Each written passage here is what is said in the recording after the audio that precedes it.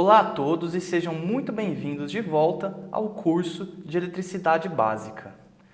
Essa é a videoaula de número 3, em que abordaremos os conceitos de simbologia básica de circuitos elétricos, tensão de circuito aberto e corrente de curto-circuito.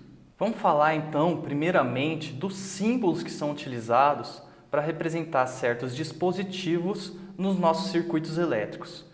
Primeiramente, o símbolo que é utilizado para representar uma resistência são esses dois aqui. Qualquer um desses dois símbolos pode ser utilizado. Esses símbolos representam, então, as cargas elétricas resistivas que nós temos nos circuitos elétricos. E o que são essas cargas elétricas resistivas? Bom, pode ser, por exemplo, um chuveiro ou uma lâmpada. Temos também o símbolo de fonte de tensão em corrente contínua, que é representado por esse desenho aqui. Isso representa, então, um gerador de tensão em corrente contínua. Caso você ainda não saiba o que é corrente contínua, não se preocupa, que a gente vai ter uma videoaula dedicada somente a isso. E o que na prática são essas fontes de tensão em corrente contínua? Bom, poderia ser, por exemplo, uma bateria, uma pilha ou até mesmo os painéis fotovoltaicos. Vocês vão ver lá no curso de Introdução à Energia Solar Fotovoltaica que os painéis fotovoltaicos se comportam como uma fonte de tensão em corrente contínua. Vamos analisar então um circuito bem básico representado com os símbolos que a gente acabou de aprender. Temos aqui então um circuito fechado com uma fonte de tensão, sendo esse o polo positivo da fonte de tensão e esse o polo negativo, e uma resistência aqui conectada à nossa fonte de tensão. Essas linhas que conectam a resistência à fonte de tensão são os condutores elétricos. Então, como já vimos, essa fonte de tensão, esse símbolo aqui, pode representar na realidade uma bateria, uma pilha ou até mesmo um painel fotovoltaico. A ligação entre a fonte de tensão e a resistência representa um condutor qualquer e as resistências representam nossas cargas resistivas, que podem ser, por exemplo, um chuveiro ou uma lâmpada. Então, agora que nós já falamos da simbologia utilizada internacionalmente aí em circuitos elétricos, vamos falar sobre tensão de circuito aberto, conhecida como VOC. Isso vem do inglês de Open Circuit, que significa circuito aberto. A priori, nós temos aqui um circuito fechado. O que é um circuito fechado? É um circuito que está ligado em série aqui com uma carga resistiva qualquer. Essa fonte de tensão gera uma tensão V e essa mesma tensão está sendo aplicada aqui nos terminais da nossa carga resistiva, sendo que tem uma tensão V no nosso circuito fechado. Já nesse segundo circuito aqui, o circuito está aberto, ou seja, ele não está conectado a nenhuma carga, não tem nenhuma carga conectada nos terminais da minha fonte de tensão. Isso daqui vai gerar uma tensão VOC de circuito aberto. E qual que é a diferença entre a tensão de circuito aberto e a tensão nominal, que é a tensão do circuito lá fechado?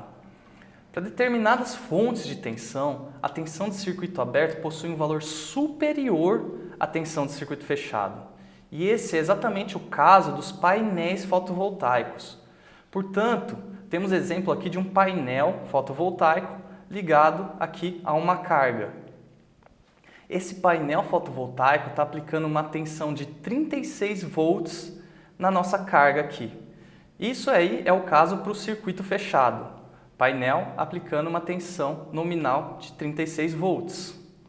Já se a gente medir a tensão nos terminais desse painel com o circuito aberto, ou seja, sem nenhuma carga conectada nos terminais do painel fotovoltaico, nós obteremos um valor de tensão diferente e maior, que é a tensão de circuito aberto VOC.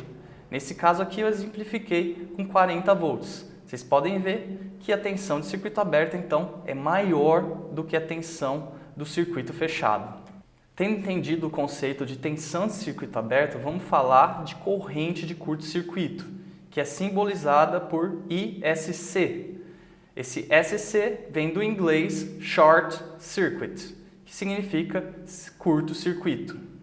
Vamos analisar então aqui o primeiro caso, que é para o circuito fechado. Temos então uma fonte de tensão ligada a uma carga, o circuito está fechado e tem uma corrente I nominal passando aqui na nossa carga.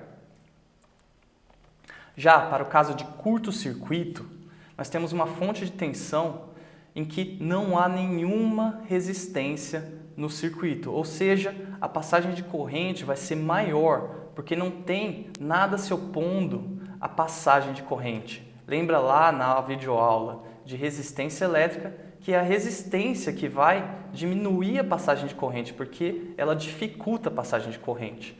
Então, nesse caso aqui, a gente vai ter a corrente de curto-circuito, em que não há nenhuma carga no circuito fechado, que é representada aqui por ISC. Bom, e qual que é a diferença da corrente de curto-circuito para a corrente normal de circuito fechado? A corrente de curto-circuito sempre será o máximo valor de corrente que uma fonte de tensão consegue fornecer ao circuito. Para o caso de módulos fotovoltaicos, que é o que mais importa aqui para a gente, essa corrente de curto-circuito não atinge valores maiores do que 30% do valor da corrente nominal. Porém, se a gente falar aí de rede elétrica fornecendo energia ao invés de um módulo fotovoltaico, se a gente curto-circuitar, por exemplo, uma tomada na nossa residência, a corrente de curto-circuito pode ser até centenas de vezes maior do que a corrente nominal. Isso já pode ocasionar um perigo aí de incêndio se você não tiver um sistema de proteção que interrompa essa corrente se acontecer o curto-circuito. Bom, vamos ver alguns exemplos então com os painéis fotovoltaicos.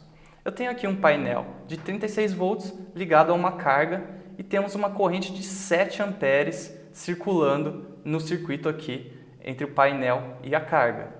Já se a gente colocar esse painel em curto-circuito, ou seja, não tem nenhuma resistência se opondo à passagem de corrente, não tem nenhuma carga conectada ao nosso painel, esse mesmo painel de 36 volts está gerando uma corrente de curto-circuito de 9 amperes. Então vocês podem ver que a corrente é maior, porém não é centenas de vezes maior, igual poderia acontecer na rede elétrica. É cerca aí de, no máximo, 30% maior. Bom, isso é tudo que a gente vai abordar nessa videoaula, é uma videoaula bem curta, só que esses conceitos são fundamentais para vocês acompanharem depois o curso introdutório à energia solar fotovoltaica. Então, caso tenha ficado alguma dúvida, revejam a aula para vocês entenderem bem esses conceitos e a simbologia que a gente usa para representar resistências e fontes de tensão em circuitos. Vejo vocês na próxima videoaula em que falaremos de uma coisa importantíssima quando se trata do dimensionamento de sistemas de energia solar, que é a aula que vai abordar os conceitos de potência elétrica e energia elétrica. Até mais, pessoal!